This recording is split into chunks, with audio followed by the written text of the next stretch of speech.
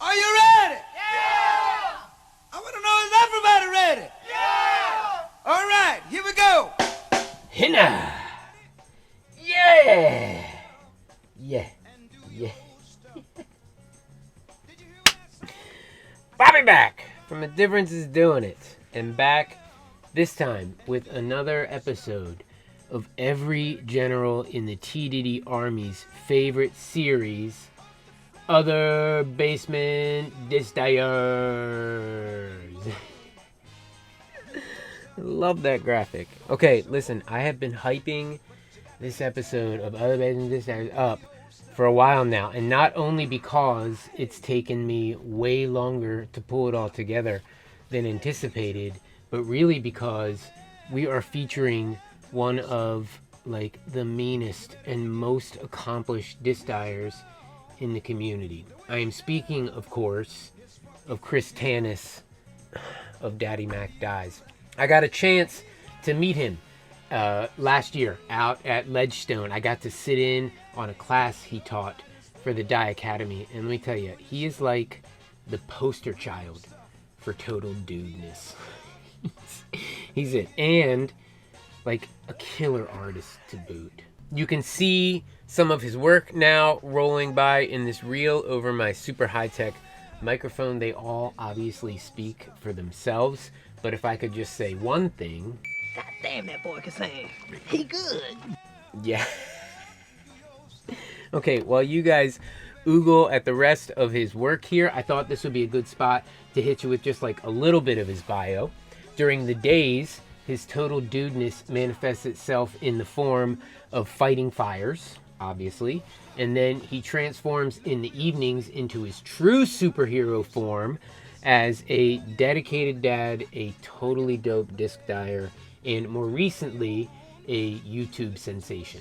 His talents as a disc dyer, though, they're no secret at all. Like, if you mingle in the disc dyeing communities even a little bit, you have heard of Daddy Mac Dies, and you've already seen how dope his work is. But it's not just the attention of disc dyers who are wondering how that he's attracted the eye of. Like, some of the biggest disc retailers out there are lining up to carry Chris's stuff, and rightfully so. Places like LukeHumphreys.com, GolfDisco.com, GravityDiscGolf.com, and our personal favorite over here, OTBDiscs.com. Yeah! Listen, this guy is the real deal. Here's really what pegged my total dude meter with Chris, though, as if fighting fires, being dad of the year, and a killer artist weren't all enough.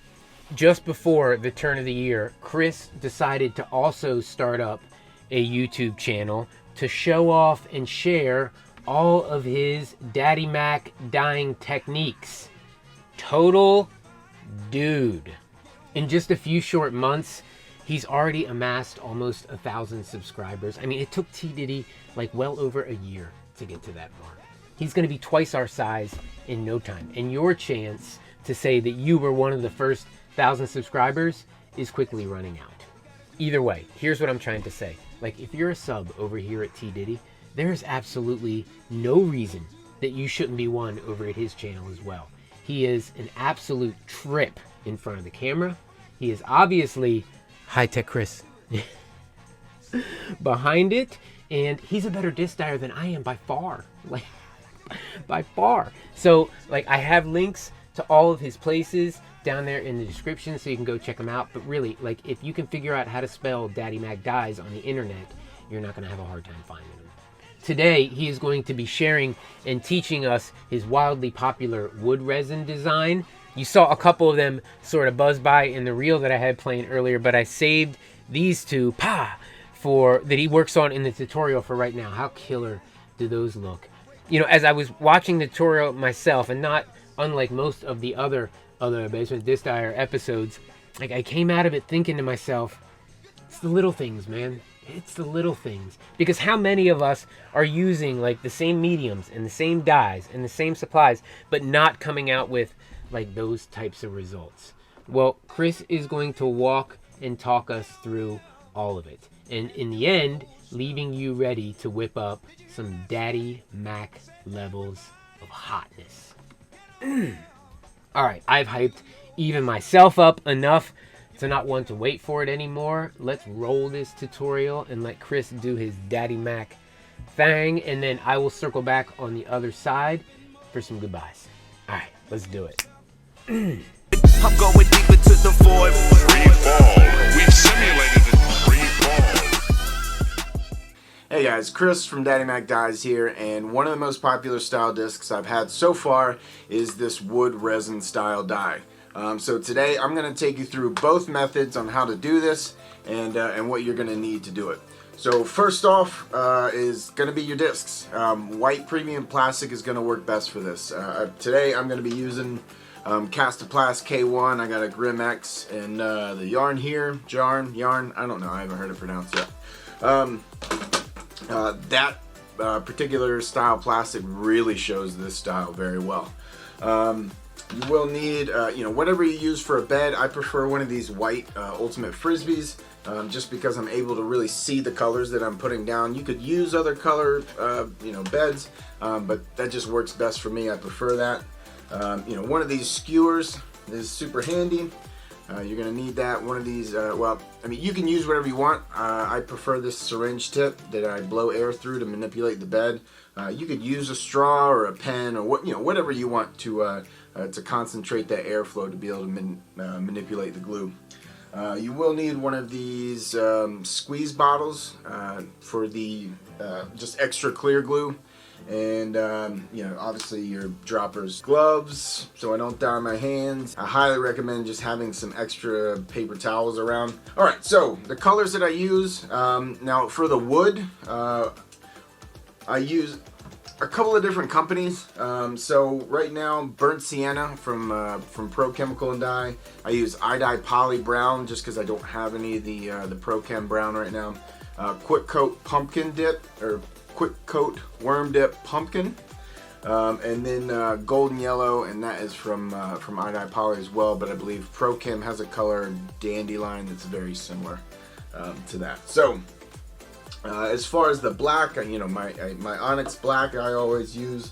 And then for the center colors, it's up to you. I prefer, your purples and blues and those hues. They show up a lot better. Orange is going to look really, really weird, and yellow. Greens can kind of work, but really the blues and purples really help stand out. Pink and stand out a lot more. The last thing you're going to need is one of these little kind of paint trays, and I use that to mix colors together, which we're going to be doing. Alright, so that's all the supplies you're going to need. I will make a list, I guess, on the screen that you'll see, and I'll move the camera around so you guys can see what I'm doing here.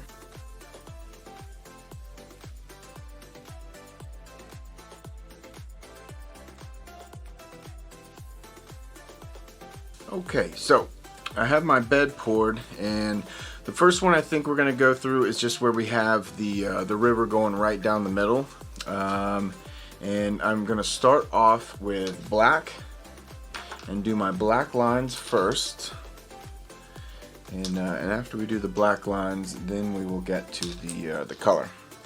Alright, so first things first, just going to take some of my Onyx and I want one and then two clean smooth lines all the way across. You can kind of see that everything's connected, no gaps in between.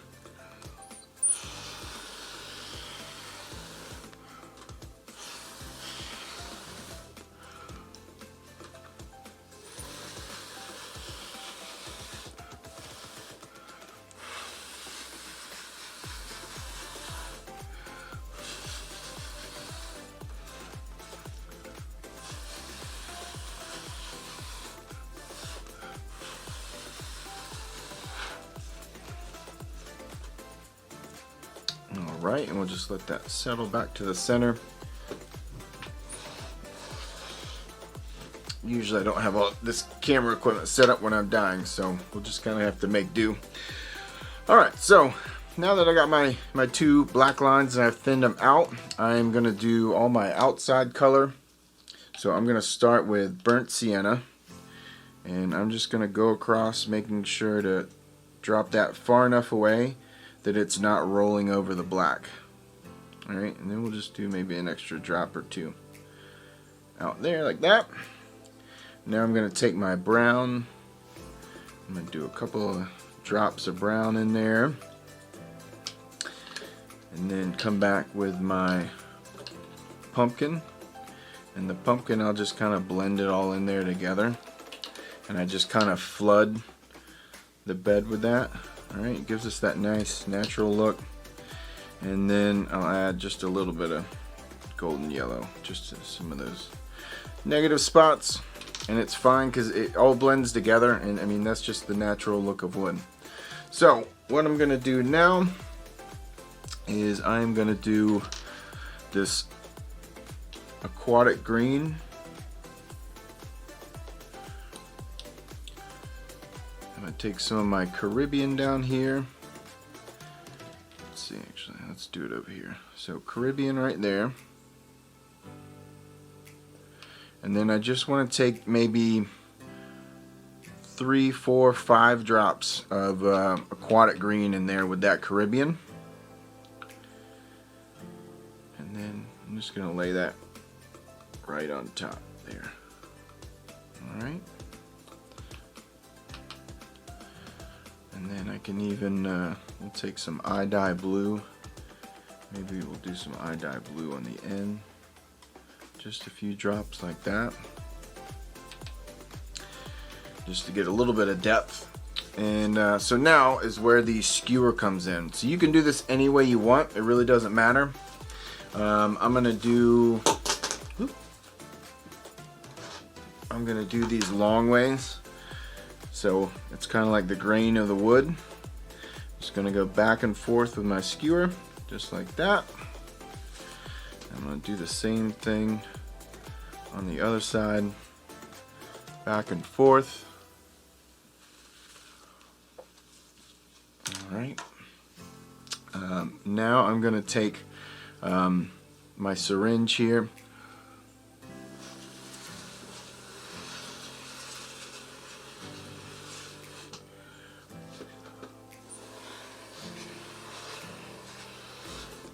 Just gonna go back and forth just to get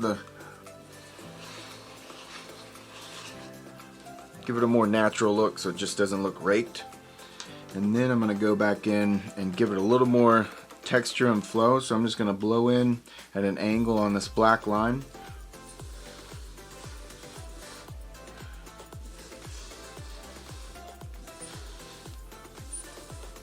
Not too hard. And I'll just turn this around.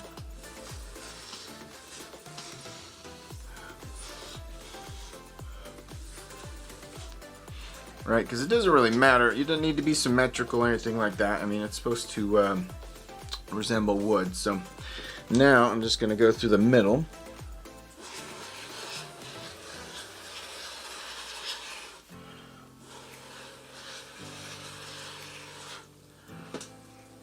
Just like that. And that's pretty much it. You know, I have my my bed. It's all ready to go. And I am going to drop in this grim here. I'm just going to start from one side and go to the other. And there we go. I'm going to let that sit for the next 24 hours with no heat. And we'll see what that looks like tomorrow. And now we'll do the other style real quick. So I'm just going to get a bed ready. I don't need a whole lot of glue in this one because I'm using a pretty flat disc. That yarn is pretty flat, so I don't need a whole lot of glue in there. This one is a little bit easier, sort of easier, I feel like, because you're not dealing with both those lines and everything. So I'm just going to start by doing one stripe down the middle of the black. Same thing as last time. I'm just going to blow it at an angle.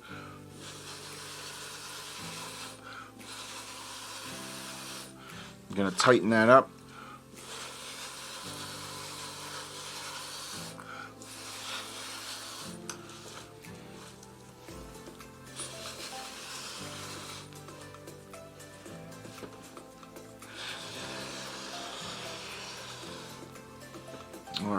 just like that. You guys can see that. Now, let's see here. I'm going to do the same thing as last time. I'm going to start with the burnt sienna. And I'm going to go along, I like to go along the middle with the burnt sienna. Just like that.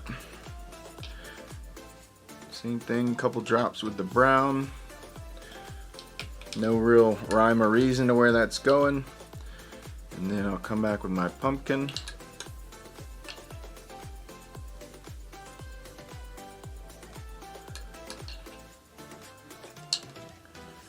A few drops of the golden yellow. And maybe we'll do a couple more spots of brown, just like that. And then you can actually even, if you want to, you can throw like one drop of black in there, and that kind of makes it look like you have that crack in the wood. Okay, so same thing. We're just going to do our grain real quick, like that. Again, I'm going to do the side to side kind of long ways, but you could do it either way. I mean, you can come in here and you could go diagonal with it. I've done that with plenty of them. It all looks really good. All right, so now that we got that, I'm gonna come in and just again give it a little bit of a texture so it doesn't look just straight raked out.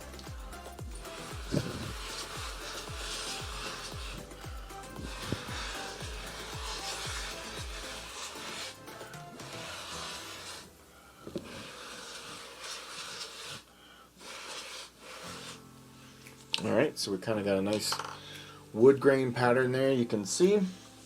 And here's where you're going to need that, that glue. So, if you guys have seen my agate style die, I do have the tutorial on YouTube, but this is very similar. So what I'm going to do first, I'm going to get a little more Caribbean. Couple of drops of aquatic green in there. Okay, that way we're all set to go with that. Now I'm just gonna take the glue and I'm gonna kind of do like a an oval shape. Doesn't have to be perfect. And then do a couple of drops of black in there. Come back. I'm gonna do the glue again, just spreading that out, just like that. And now I can come in here with my Caribbean aquatic green mix. Can even throw do a little drop of like, let's see, pink in there. That'll kind of give it a cool look to it. All right, and then I'm just going to drag that out that way, like that. So now it looks kind of like a crack in the wood. I'm gonna do the same thing the other way. And again, it doesn't have to be perfect. And we'll just come in here.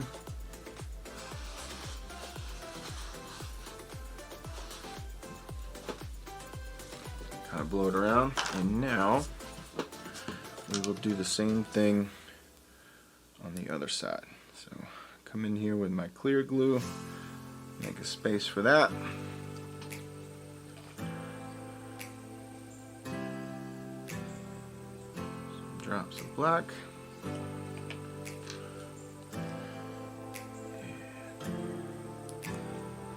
Widen that out. The clear glue. And this one, we'll do iodine blue. Caribbean. So it kind of blends a little bit. Right, same thing. Just gonna draw this out. Giving it look there. So now it looks just like, you know, two resin cavities in the wood. And I'm just gonna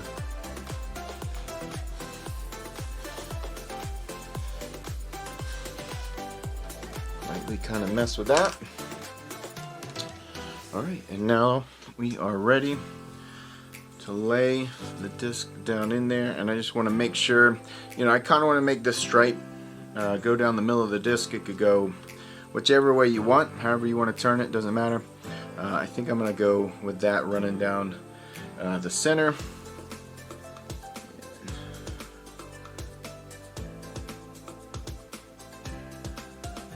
Just lay it at an angle from one side to the other. And there we go. So again, we're going to let that sit for the next 24 hours and we're going to have some results tomorrow.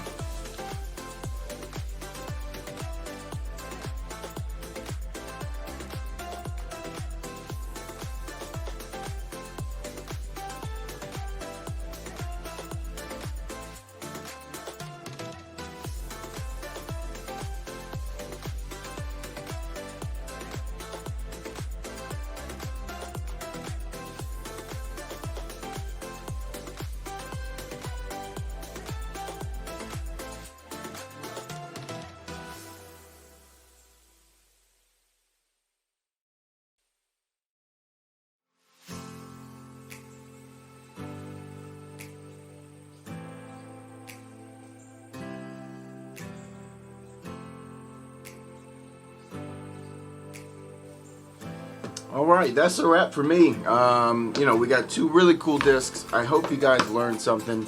I got another stack of discs to do, so I'm going to get to work on that. But thank you guys, as always, for watching. I appreciate it.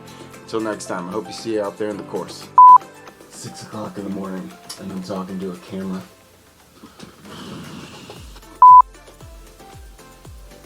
I need more coffee. So much more coffee.